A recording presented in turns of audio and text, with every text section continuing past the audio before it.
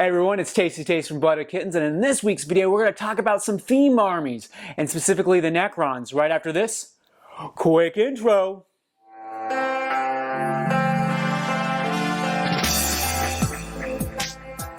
Okay, before the deep dive, I want to talk about Canoptek armies and how they kind of appeal to me and why I think they're so cool really quickly. Is that in the fluff, just to give you kind of a background, is that the Canoptek units like spiders, wraiths, scarabs, all those sort of units are kind of like the first harbingers of the tomb world, so that when we have a story about an admech guy or inquisitor or some poor civilian tripping over and, you know, triggering the tomb world to awaken, they're always the first units and models to come out of the tomb to investigate, to start activating the tomb world to get it up and running, and are usually the most deadly things that are encountered right off the bat.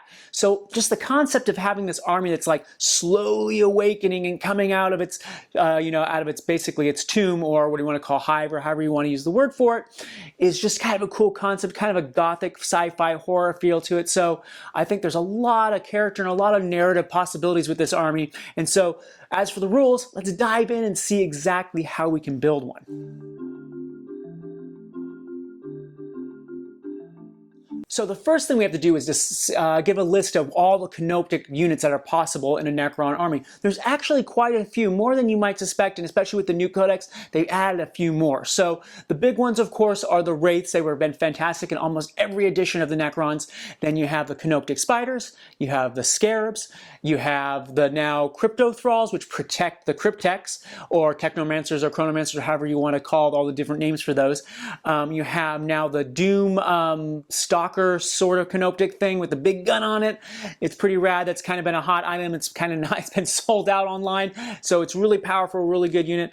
What else am I missing? Am I missing anything else? Oh yeah, the Canoptek Reanimator. He was a little expensive. Now he's gotten a point reduction, but his ability is really more effective against for one wound models. And as we're going to see, a lot of the Cryptek models are multi-wound models, which makes it a little harder to reanimate, but at the same time makes them durable in their own sense. So I think that's pretty much all the Canoptek units that you can possibly get. So as you notice, there is no HQ in any of these choices. So that means you're going to have to, when you're thinking about making a narrative, is figure out what would the Scarabs first activate in order to get a tomb world to open. They wouldn't go right and get some lords or the overlord. They would go right and get your Crypteks and all the varieties that are there within. So when you're building a Canoptek list, you're going to have to focus on the Crypteks. And the good thing is that the Crypteks get their arcane artifacts and that sort of thing, which also have some abilities that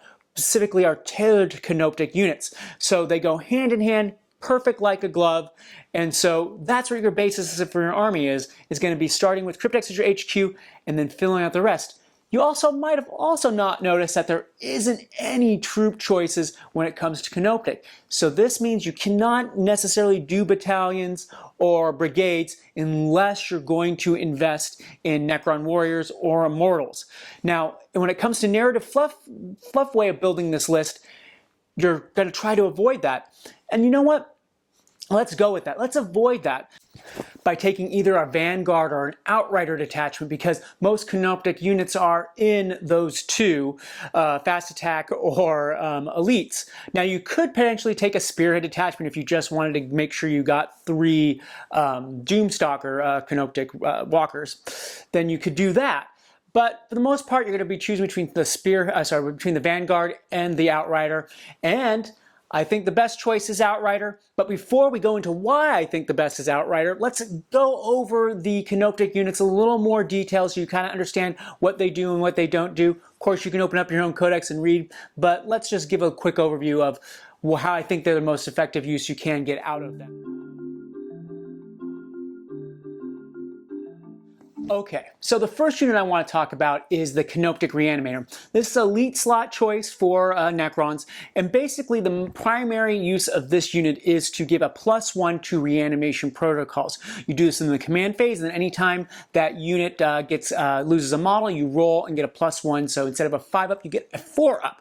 Now, in the past, when this unit first came out, people tried it out and they found it not that effective because its point cost was 110 points. It has since been dropped to 80 and has been seeing a slightly more play. But as for it pertains specifically to a Canoptek list, you're necessarily not going to want to take this unit, especially if you're not taking a Vanguard detachment and you're, say, taking an Outrider detachment. You're only going to have 2 elite slots to play with, and you're really going to need that for something else.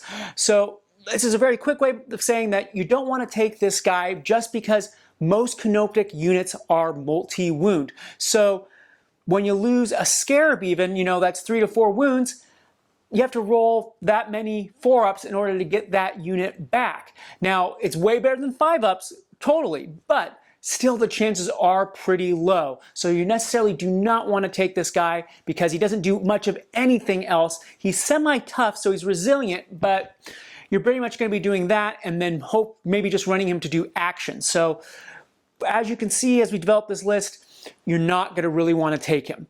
So let's go on to the next guy. One of my favorites. It's had a couple redones. Its original metal model is awesome. Its new model is awesome, or its newest model is awesome. It's like over 10 years old now. It's crazy to think that. But anyway, it's the Canoptek Spider.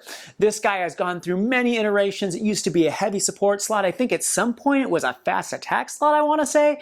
So it's moved around, and finally I think it's in its new home where hopefully it will stay, and that is the elite slot. Now, this is a fantastic unit because it is very cost efficient at only 60 points a model. It has multi-wounds, it has a decent toughness, a decent strength. It can pull out a lot of melee attacks at multi-damage. So it's a really great unit, and they also come in units of 3, which is probably the biggest factor to why they're amazing. And so you only spend 180 points for these monsters that just kind of roam around the battlefield doing a lot of nasty stuff. Now, also another cool thing about them is that since they're one of the older models, they've kept a couple of their upgrades that, and as we've seen with the new codex, is that they're trying to reduce the amount of options you get with particular units. This guy still gets his Gloom Prism, his fabricated reanimating thingy, and also particle beamer. So you can make him shooty, you can make him anti-psyker, you can also make him vehicle repairy. Now, when we're building a Canoptek list, you're not going to have access to many vehicles. So unless you're going to have them unless you're going to take like 1 unit of them and you're going to have them sit back and just try to heal the Doomstalkers as much as they take wounds, you're necessarily not going to want to take that upgrade. The next upgrade you can take, though, is the Gloom Prism, which is basically one of the few anti-psyker things in your do here unless you take a certain dynasty. So with this one, it's kind of hit or miss. It's only 5 points, so it's not like you're going to be investing that much. Any number of the models cut, so you don't have to get. You can give 1 spider this, so you can deny 1 time. You can give all 3 and spend 15 points. Each have 3 denies. So it has definitely utility. But as we've seen so far with 9th edition, there hasn't been many psychers. Of course, that's going to change as more codexes come out. So this upgrade might see a little more play and a little more fun. Now, the next upgrade, at first glance, you're thinking probably isn't that good of a choice, but it is actually amazing, fantastic, and that is the particle beamers. These are assault 6 weapons that are strength 5. The only problem is they're 1 damage and they're no AP, but they're 6 shots each. When you do it, you have to take 2. So that means that each spider is spitting out 12 shots at a ballistic skill of +4, which can also change because you can get a Technomancer to boost that to +1. So you can do that sort of thing. Yeah, it's the Technomancer that does that. So you can give a +1, so you can have 3 shots. But what makes this actually really juicy is the fact that since spiders are still monsters, you're allowed to be in close combat and still shoot that. So oftentimes you're going to be shooting at 5 ballistic skill with this, but that's still, each spider is spitting out 12. A unit of 3 is 36 shots at strength 5. If we go back to more of a horde meta, or if you need to kill orc boys, poxwalkers, that sort of thing, this is going to be the go-to shooting thing for your army, because as you see, most of the rest of the units are not so shooty when it comes to just doing a pure Canoptek. So if you're going to invest points, you're going to add 10 points to each of these models, make each spider 70, times that by 3, it's 210 points. Well worth the cost. That is a crap load of shots. And guess what?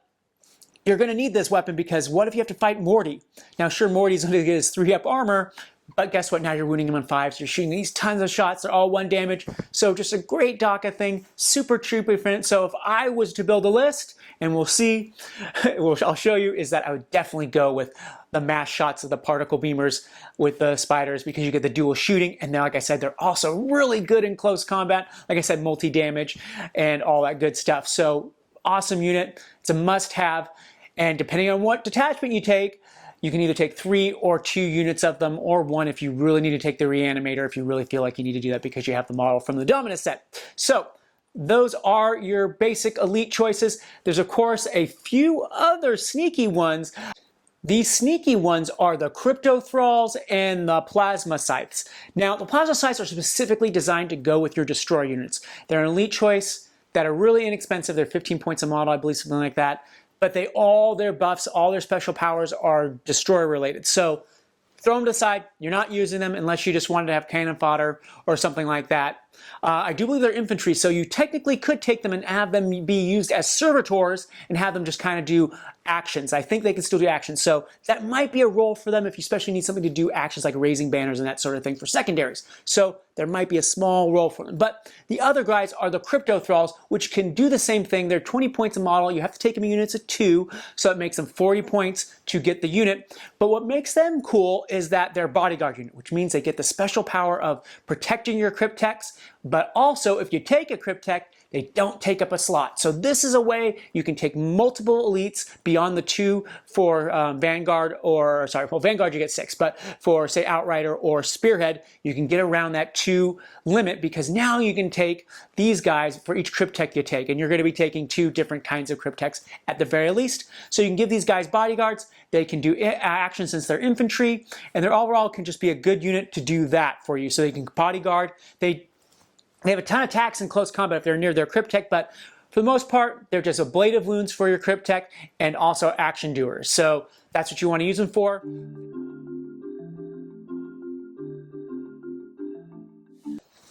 Okay, so let's go on to Fast Attack, which is the meat of a Canoptek army, at least in my humble view, even though you only have 2 units that are Canoptek in there, and that is the Wraiths and the Scarabs. Let's talk about the Scarabs first, because they're really iconic. They're very much a horror unit, you know, if you can remember those old cheesy Brandon Fraser mummy movies where we had the Scarabs running and eating people. That's the same vibe we're going on with these guys. It's just that they're technophiles and they're just, you know, gothic sci-fi horror, but still the same thing applies here. They do exactly how their fluff is described. They're, you know, easy to kill. They're multi-wound. They are super fast, especially for a Necron unit. They move 10. They have 4 attacks. Their armor, like I said, is pretty bad. It's 6 up, but they do exactly what you want, and their special ability is fantastic that they get, and that is any hits, no matter what they are. If they roll a 6, they auto wound. So you can get a boatload of attacks. You can take them up to units of 9. And this is one of those units where, since you can't take them as units of 10, so you don't have to worry about thinking about blast weapons, you might as well take them up to 9. You know, there's reasons to take them only in units of 5, but for the most part, taking you know, a max shots of 3 blasts from a blast weapon is well worth just spending the extra points to get a unit of 9, have them skitter across the board, really hard to remove. And they're one of those things where oftentimes you're going to get into combat, you're going to lose about 3 or 4 of them from battles, and guess what? Even though they're 4 wounds each and you're going to reanimate, the chances of getting 1 back from like losing 3 or 4 is actually pretty decent. And this is kind of where I get back to sometimes thinking about maybe taking the Reanimator from the Elite slot, is that you can do this to a Scarab unit and maybe get a few back. Of course, opponents will know this, and they'll want to dedicate as much firepower as possible to wipe them out before any of them can come back. But I have seen games, I've heard games where, yeah, people have killed off 8 Scarab bases, there's down to 1 in a volley of fire from some big gun, and guess what? They get 2 or 3 bases back because you just rolled whatever 24 dice or 32 dice or whatever it was, and you got enough 5-ups to bring a couple bases back. So there is that potential, especially if players don't really gauge how much firepower they have to put into it. So they really can just keep on lasting. And then this also gets back to the spider. The spider still has its power to bring back a base. And of course, when you bring reanimating things or bringing back bases, Necrons get to do that cheesy thing where they get to string out stuff. So same thing applies here. So it's awesome. Combo them with spiders, keep the spiders close. And also the thing is that, you can send the scarabs up. They get in close combat. They tie something up. Spiders can come in, do the extra damage, multi-damage stuff, and just kind of finish off a unit if you need to. They're also fantastic by taking certain dynasties and that sort of thing. I've seen them often taken with the objective secure dynasty. So you just run them up, have them take an objective from an opponent, do that sort of thing. Fantastic. But they're there to tie up. They're speed bump units, they're blocking units from deep strike. They just have it all. They're super, like I said, cheap, 15 points a unit. You're only spending, what is that? 75 plus 75, that's 150 minus 15, 135 for our unit of 9. Fantastic, awesome unit. You got to take them in any Canoptek list, and like I said, you're probably taking at least one unit of 9 or multiple units of like 5 or 4 or whatever in your Necron list. So just great unit, fantastic. They do exactly what you want them to do, and they fit the fluff and narrative, like I said before. All right, on to the second fast attack, and this is my personal favorite Canoptek unit in the entire book. They've always been my favorite. They're probably, top 3 Necron favorite unit, and that is the Canoptek Wraiths.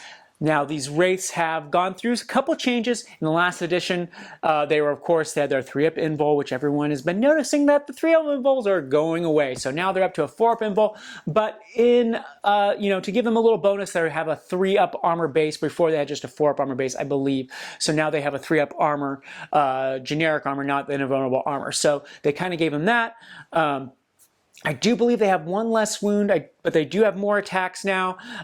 They're still a strength 6 when they use their basic vicious claws. You can now switch them out with the whip coils. And the whip coils don't do any weird shenanigans where making you fight last and all the weird stuff they used to do, or multiple hits. Now they just do, they just give you multiple hits, but now you're only at strength 4 or 5 on that. And so it's not really that good. You're just going to stick with the 2 damage, minus 2 AP, just straight baller weapon. And so they really combat really well with some Cryptek Arcana, where you can give them +1 attack, that sort of thing from the Crypteks. They're fantastic, they're fast. They're also one of the few units in the Necron book that they can fall back and shoot and charge. So they kept that power as long also with going through unit power. So overall, they're just solid. They're only 35 points. So I do believe that came down in point cost from 8th edition. So they're just really point efficient. Now this is a case where you can go up to unit of 6, just take a unit of 5, save yourself the blast trouble. That 6th guy is really going to cost you something. And also, somehow if you magically lose 5 of them from that 6-man unit, you could roll a 6 and lose the last one. So really not worth it. Just take the unit of 5 and just be done with it, and just have them run up the board, back up the scarabs, counter charge. They just do it all. And that 4-up invul, while it's still not the 3 anymore, that 4-up invul, I have seen it do wonders. And I know there are only 3 wounds instead of 4 from the previous edition. The chances of bringing one back, I've had this in multiple games where I brought them back. You lose 2, you roll 6 dice. You only have to get semi-hot to roll 5-ups and get 1 back. And so, I've won games with just 1 Wraith coming back from unit. So you couldn't kill off the entire unit because of that. And like I said, they go through terrain. They just do all the cool things that you always want a Wraith to do. They still do it. But most importantly, they can fall back and charge. Now, one little caveat I want to make, which you generally don't take in your average Necron list, but I think with Death Guard and with the idea of doing a narrative Canoptek list, is you are going to want to consider taking the trans-dimensional Beamer, it's Beamer Blaster. I'm pretty sure it's Beamer. But anyways, this is a high strength, well, actually it's a low strength weapon, it's strength 4, but the key component here is that it is 3 damage. So what does this mean? This means that when you shoot it at Death Guard, they're going to actually take 2 damage. Now, they're 10 points each, so it's kind of pricey. So you're going to be spending 50 points if you're going to take a unit of 5. But I think if you're going with the Canoptek narrative and also going with the Canoptek list, especially if you're taking the Outrider attachment, you might as well take 1 unit with these guys, with this weapon, because It can do wonders. It can clear out, like I said, Death Guard. It can, anything that's like an aggressor or an eradicator. It's a kind of a little surprise bam, especially when you do the charge. You're going to shoot 5 times. You're hitting on 4s. You're going to probably most things you're going to be shooting at are probably wounding on 5s. So let's just say, do the math. You do 5, you're going to get 2 to 3 hits. One of those is going to go through. They fail their save. You killed off. So you're charging eradicators. You killed off an eradicator right there. Now you only have 2 eradicators to deal with.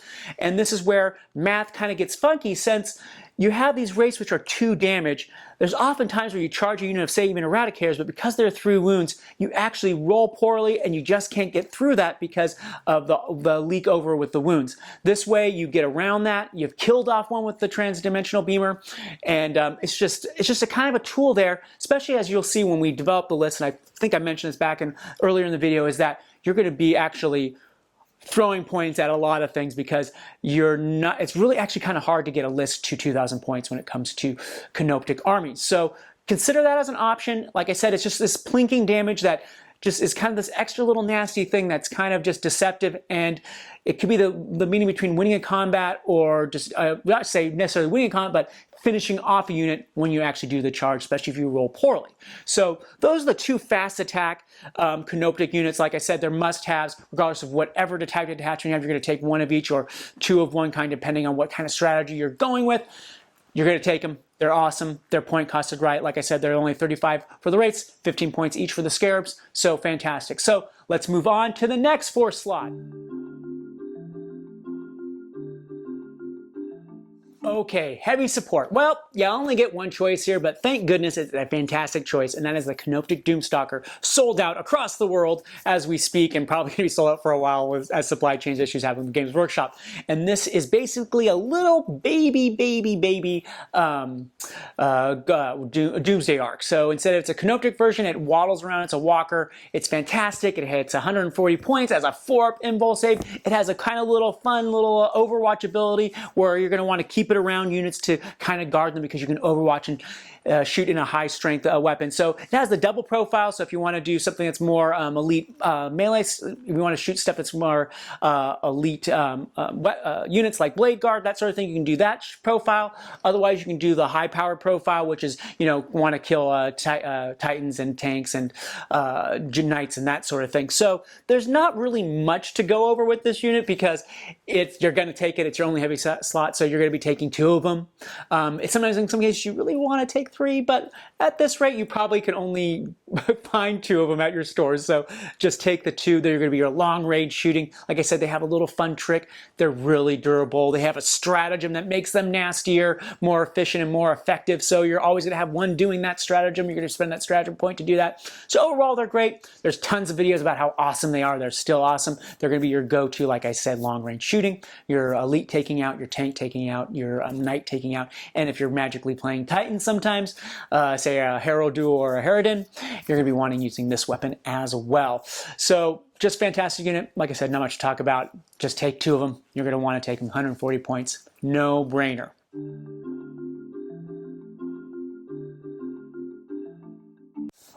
Now we're on to HQs. And so with HQs, there isn't a super HQ spider that you could take, that sort of thing. So unfortunately, you're going to be forced to take Crypteks. And you're not really forced. They fit perfectly with the fluff, as I talked to you about before. They're going to be the first ones awakened by the scares, because they're going to be the ones to get the tomb world open even faster. So for the purposes of making a theme armory, we're going to probably be taking just 2 Crypteks and doing it that way. Now, this isn't to say if you're going to make this type of list a little more meatier that you don't want to take an Overlord and that sort of thing, because the Overlords, while are cool, they don't really give any bonuses to a Canoptek list, except for one reason, and that one reason is the fact that an Overlord or a Noble can basically allow you to take a Cryptek for free. So this will technically be able to, say, if you want to take a Command Barge, which would probably be the best choice because he's just going to be a beat stick and he doesn't really need to use his will be dones and all that stuff.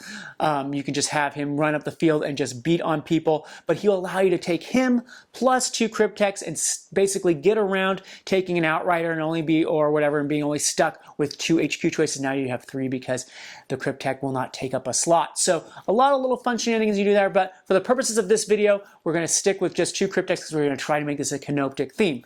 So with that said, the 2 Crypteks you're going to want to be taking are most likely going to be the Technomancer and the, why can't I think of the Chronomancer. Jeez, I was on a momentum and I just quickly forgot about that. Anyway, so the Chronomancer.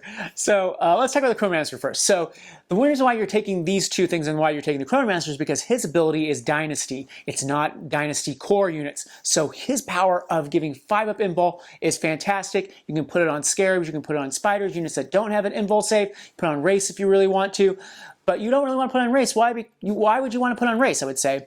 Well, because they also allow them to reroll charges. So if you need those Races to get off a charge, you can do that. But 9 out of 10 times, you're going to be putting on the Scarabs, giving them a 5-up invul and rerolling charges, move them up the field, moving at 10. They're awesome. And what is also kind of sneaky good about the Chronomancer is that he also is kind of fast. He has a movement of 8 for no reason. And he also has a really cool weapon you can switch back to, and that is the Entropic Lance. The Entropic Lance is strength 8. It's only 1 shot, but it's D3 damage plus 3. It's insane. It's awesome. And also it's flat 3 damage in close combat. So if you just need to run a couple, attacks, especially if you have the Crypto Thralls with you as kind of, little bodyguard blockers, you can do that as well and use that. So it's kind of a little tricksy little thing you can throw in there. So the Chronomancer is a great choice. Hopefully we'll be getting his model soon and so people can feel that. Otherwise you're going to be using kickbash stuff, which I've seen plenty of people do, so go ahead and use that. So the other one you're going to want to use is the Technomancer. Now, the Technomancer is the creme de la creme because he can get the control node for Canoptek things. And that is where your money is going to be buttered because you're going to be able to give it to the Doomstalker, which gives them +1 bliss skill. They're hitting on 3s. You can give it to the Spider, so they're hitting on 3s. So it's just, the top of the Cryptek pyramid for Canoptek units by far.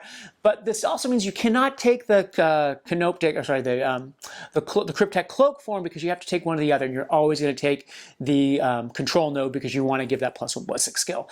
So taking that all in, those 2 HQs, and a possible 3rd command barge if you really want to go that route, we are going to have to talk about what makes the Crypteks really good for Canopteks, and that is the Arcana. Now, there's plenty of choices here. There's a lot of cool, fun things you can do. Of course, some are restricted by certain Crypteks can get some can't. The Technomancer can get the bulk of the ones that are going to be helping your Canoptek units. So let's talk about those first. The first one I want to talk about is the failsafe. And now this one is awesome because it gives +1 attack to a Canoptek unit. So awesome. You're going to be giving this to Wraiths. Now they're going to have 5 attacks on the charge. You're going to give it to Scarabs. They're going to have 5 attacks on the charge each one. It is just a baller power. I believe it is 25 points, well worth the cost. Throw it on a Technomancer. Only Technomancers can get it. It's great. Just take it. It's awesome. Now, there's other 2 I want to talk about is the Hive one. And that one's pretty awesome because it allows your Technomancer to use an ability they would only be able to use on core units. And that is bring back a model.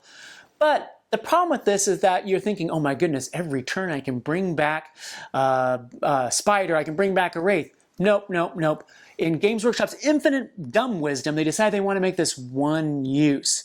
Now, I would have gladly paid 80 points for this. I believe it's an overcost 30 for a 1-use thing to bring back 1 Spider? Like, really? So, on the surface, it looks like it's a must-have, but when you deep dive into it, don't take it. It's not worth the 30 points. There's other options you can take, and that also forces you to get 2 Technomancers because you have to take the failsafe. So we're going to stick back with taking the Chronomancer. And now the Chronomancer, the one that I would single out for him is the Ablator. And the Ablator one basically allows you to give cover to a unit in the command phase. This is great for, once again, Scarabs. It's also great through Race because, like I said before, Race now have a 3-up just normal save. You can take that up to a 2-up in shooting if you think that they're not going to make that charge. Same thing with Scarabs. You don't think they're going to make the charge. You can at least give them a 5-up cover out in the open. Totally great, especially if they're holding an objective and protecting it. So just a great ability. Might as well give that to them. Now there's other few ones you can get. Another one I want to talk about is the Subjugator Scarabs. That's one where you can give a unit Heroic Intervention. This is sneaky good, especially once again for the Scarabs, because say the Scarabs are protecting an objective and someone wants to get too close, you can do this and have them go there. Same thing with Wraiths, surround Wraiths. Same thing with Spiders. Have them heroic intervene in there, and especially when you think about spiders, because there are monsters that are allowed to shoot into combat, now you can have them heroic intervene on your opponent's turn, on your turn. If they're not dead, shoot them in the shooting phase, and then kill them again in the melee phase if you still need that. So it's a very sneaky thing, but as for the two choices, you're going to either do the Canoptek one to give something cover, or you're going to do the heroic intervene if you want a little more shenanigans. Moving on to the fun part of making a Canoptek list, and that is deciding what dynastic code you want or what dynasty you want to choose. So let's stick with the basic ones to start, the main 6 ones. And you know, really when I'm thinking about this is that they all kind of have their own weird way of being played, but for my own personal preference, if I was going to take a Canoptek list, I would go Novrak or Mefrit. The reason for this is that, especially with the Mefrit, is that of the shooting that you do get from the Canoptek, especially the spiders, you don't have AP. So getting that extra AP and that extra range is kind of baller. Especially even like with the Doomstalkers, getting 3 extra inches is basically the entire board. They already are kind of shooting the entire board, but the extra 3 is even better. Of course, you cannot use the extra bonus powers, which I can't remember the name off the top of my head. It's the protocols. That's right, the protocols. You can't really use those because those are only core units, but the 2 main ones you can. The other choice I would pick besides Mefrit is the Novrak. And the Novrak is because if you're going a Wraith Scarab heavy army, now you are getting that plus to charge. You're getting that extra AP in close combat, which is really, really, really good. And you're also getting opening up that extra stratagem. And that stratagem is the +1 attack stratagem. So just think about it. Now you're doing the Arcana for +1 attack, and you're also doing that for 1 attack. So now think about it. Your Wraiths are getting 6 attacks each on the charge. Pretty awesome stuff. So those are my 2 choices, and I would pick. Of course, you can pick the other ones. The one that gives you an objective secured, the one that lets you translocate. Just basically giving the idea of thinking of the translocate one gives you the 6 of invul, which is kind of interesting. Giving your Scarab 6 of invul across the board is kind of cool. The other one, of course, is the Neoflick. I think that one gives you the objective secured, which is fantastic on spiders. So, I'm not spiders. On scarabs. So, with that said, though it's not the fun part of making a Canoptek theme list, I think you're going to go with the actual nuts and bolts of kind of crafting your own dynasty. And there's a lot of combos in there that you can pull, and so let's talk about that. One of the cool things about making Necron's lists is using the ancient dynasties, which are the circumstances of traditions, the circumstances of awakenings and the dynastic traditions. So there's different powers you can make to combine and make your own special dynasty. And in here, there's of course half of them are stuff that's taken from the main dynasties, and then there's also another half which are just random things. Now most people have been taking the +6 to then the scout move of 6 inches and the rad stuff for the -1 toughness. Very powerful. Blatantly, obviously, it's really powerful, especially if you can alpha strike. Even with the Canoptek list is also very powerful because you're going to be able to move up your scarabs and your race and just charge, have everyone at -1, deliver a bunch of attacks, and just be pretty generally awesome with that. But with that said, there's a lot of other cooler options I feel like are in there. And one of the main ones I want to talk about is that you can take the dynastic code that gives you the objective secured. And as I mentioned briefly in the previous segment, is that code is so powerful with scarabs. To make scarabs objective secured, these immovable, annoying ass things, is really, really powerful. And I've seen a lot of players use this to great effect, and it's just something to consider when you're doing this. Now, if you're going to go with the circumstances of awakening to combo with that, I would suggest maybe doing the pre-move, especially with that. Instead of doing the radiation thing, do the objective secured with that so that you're on turn 1 on objectives, you're getting behind enemy lines, you're doing a bunch of secondaries right off the bat that way. But of course you have to go first. And that is the main reason why I don't like the pre-move. While if you go second, you can use the pre-move to hide. that pre-move is really just if you're trying to alpha strike or trying to go first. So half of your games technically shouldn't be having that going on. So I don't want to be kind of pigeonholed into that. So with that said, Dynastic Traditions, other ones you can pick from is the one that gives you +1 charge, and then you can take the Circumstance of Awakening that gives you +1 movement for the Cryptek, for the Canoptek things. This is a great one as well because besides just the +1 movement, it gives you extra pile-ins. So you can pile in a little bit more with your race, pile in a little more with your scarabs, with your swarms, all that good stuff. So with that, you're getting the +1 on both ends, charging plus moving. So you're kind of getting that pre-move in a pseudo way, but more flexibility on picking and choosing what you're going to do and not being beholden to going second or first. Another option you can do is do the Superior Artisans to get that 1 die reroll wound, which is going to be pretty clutch because oftentimes, especially in close combat, you're going to be hitting on 3s, so that's going to be pretty reliable. If you're using the node, you're going to be hitting on 3s and shooting. So you want that extra little die wound, especially when you combo with the other one from the Circumstances of Awakening, which gives you auto wounds on hits of 6s. So you're already set aside those 6 hits, if you get the 6s on hits, and then that lets you have less dice in the wounding part of the phase, and then when you roll those wounds, you hopefully can then re-roll one of those dice. That combination, I feel, is pretty good because it lets almost all the units minus scarabs, which have that innate ability of the wounds auto, of the hits auto wounding at 6s, but it gives it to the whole army, and it's just kind of a good flexible choice. Now there's other couple things you can do, like the 6-up invul one, the one that gives you +3 range to your weapons. You can kind of combo that, but in that particular sense, you're kind of combining 2 other dynasties from the main dynasties, and I'm not too sure about the utility of that. While it might be fun and depends on your flavor and how you want to run a Canoptek army, but you're probably just better off taking one of the main dynasties at that point to get their special stratagems and their abilities, which are all pretty cool, generally speaking. So taking that all together, let's show you what type of list I made using an Outrider detachment, which I think, like I said before, is probably the best detachment you want to take over the Vanguard or a Spirit detachment. And this is the list. Look right here. All right, as you can see, the list is very heavy, of course, on the Spiders in the Race. I maxed those guys out. This is a kind of beat you in your face one list. And I took the one with the +1 charge and the +1 movement because I felt that gave a lot of flexibility, but honestly, I could take the Novrak one. I like the idea of 6 attack charges for race, that sort of thing. You could also, like I said, you can do the radiation one with the pre-6-inch move. Like I said, there's a lot of combinations here, but this is the list I chose because it's very close combat heavy. That's where I tend to go, and Canoptek's kind of fit in that. So you can also see both the spider units are beaming away. Now, I might toy at this and take out a beamer and put a gloom in here. You also see I have the crypto thralls in there. I don't have a command barge. Depending on how competitive I want to be, I might switch some points around because there's definitely points in there to take a command barge and still take the 2 Crypteks. But overall, I feel like this is a pretty solid list for what you're trying to go with Canoptek. Of course, it's not going to be a world beater. It's not going to win you tournaments. But hey, if you can go to RTT when the whole world is back to normal and go 2-1, that is what you're shooting for here with this list. So let me know what you think in the comments about this. What would you change? What would you do? What do you like about Canoptek lists? Of course, there's all the tons of stratagems you can still use.